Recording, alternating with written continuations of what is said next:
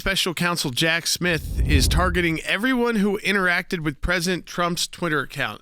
A man who's got over 57 million people following him on Twitter, some who like him, many who don't.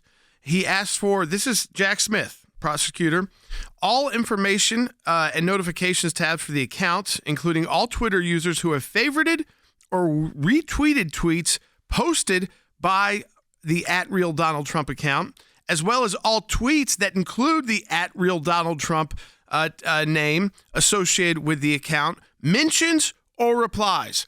How many of you am I talking to right now who utilize Twitter, now X, ever put @RealDonaldTrump or retweeted a tweet by @RealDonaldTrump? The only caveat to this is the time frame. Oh, right before the election. So it was, when did they want to know? October 20th through January of 2021. So before people, as you're tweeting the most about getting out the vote in October, and then, of course, through the end and all the mess of what happened on January 6th. But guess what? It was ultimately turned over because Twitter was fined significantly for initially not complying with this. They didn't say, by the way, we want tweets about this specific topic that people retweeted or that you tweeted Trump about. It was anybody who had any interaction with the Trump account during this 2.5-month time period. Here's what the issue is, though.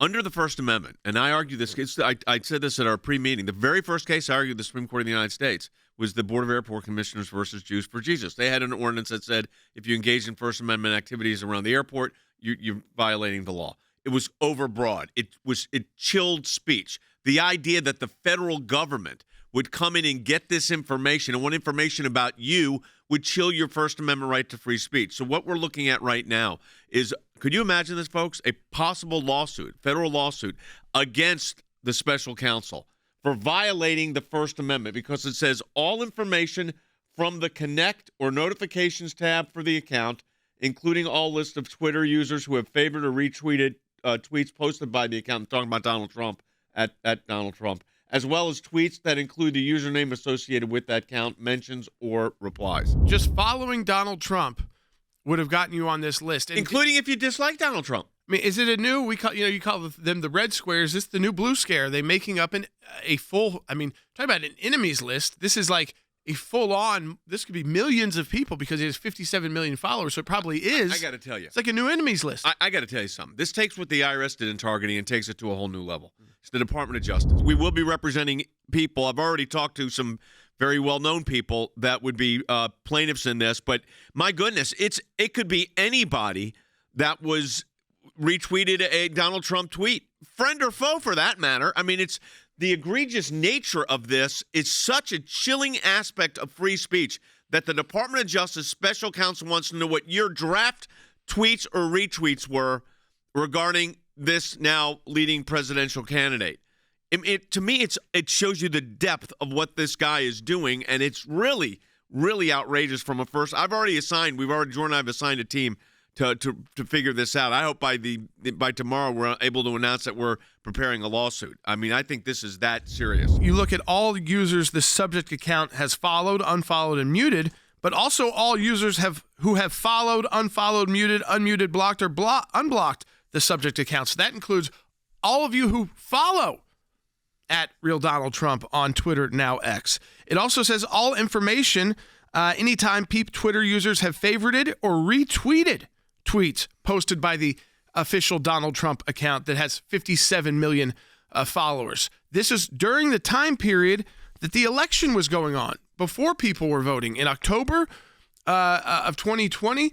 So the exact dates were, it was the, we have it written down here. The dates were October 20th to January 2021. So all of October 2020 and through all of January 2021. So October, November, December, and January. This is in a search warrant that Jack Smith issued in January that targets anybody who retweeted or followed Donald Trump from October of 2020 to January of 2021. This is in a document filed with the grand jury that issued a subpoena.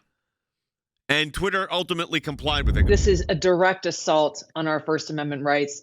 I think it's important as you look at the alarming passages in that warrant, we have to look at this in the broader context of what has been happening here over the last several years, where not only are they compiling these lists of who was pro-Trump or who was against Trump, we've seen already how the Biden administration has been working directly through the FBI to try to bully these big tech and social media companies into blocking, censoring, or canceling accounts of those they deem as either pro-Trump supporters or those who have a narrative that is counter to or opposed to or even questioning the narrative or the position of the Biden-Harris administration. There are a few other things in that warrant that I thought were pretty alarming. Not only are they looking at who retweeted or liked or commented on President Trump's tweets, but they're also looking at his draft tweets, things that he never actually even put out. They're also looking at his private direct messages. They're also looking at the IP addresses that were used by the Trump account. So what happens? Why would they want to have access to the IP address? Well, if you get access to the IP address, then you get access to the activity that occurred on that IP address. And then to top it all off, they've got this non-disclosure agreement saying to then Twitter, you're not allowed to tell President Trump what we are requiring you to disclose. This is such a violation of privacy, civil liberties, First Amendment rights, and free speech, not only of President Trump, but like you said, of everyone who had any kind of interaction with his account during that period of time. The government can't do something that chills, that's the legal term they use, chills free speech. In other words, that gives you a second thought about, hey, I know what I'm saying is legal, but am I going to get in trouble for saying it because there's something in it the government doesn't like, and that chills free speech? I can't think of anything more chilling. I mean, anything more chilling than a federal grand jury subpoena that says we want a list of everyone that retweeted or liked a tweet of the defendant. Here it's Donald Trump. So like you said, we could I guess create our get near Christmas naughty and nice list. I mean, this is such a violation of the First Amendment. Every civil libertarian in the country should be going ballistic right now on this. And Jack Smith, I'm trying to put myself in the shoes of the prosecutor. What were they thinking? First of all, a lot of this information they could have gotten just by getting it. The chilling aspect of this is actually that they put this in the subpoena itself. Letting this happen, this slippery slope, and you say, well, I don't care. This is the people who, that like Donald Trump. I don't like them.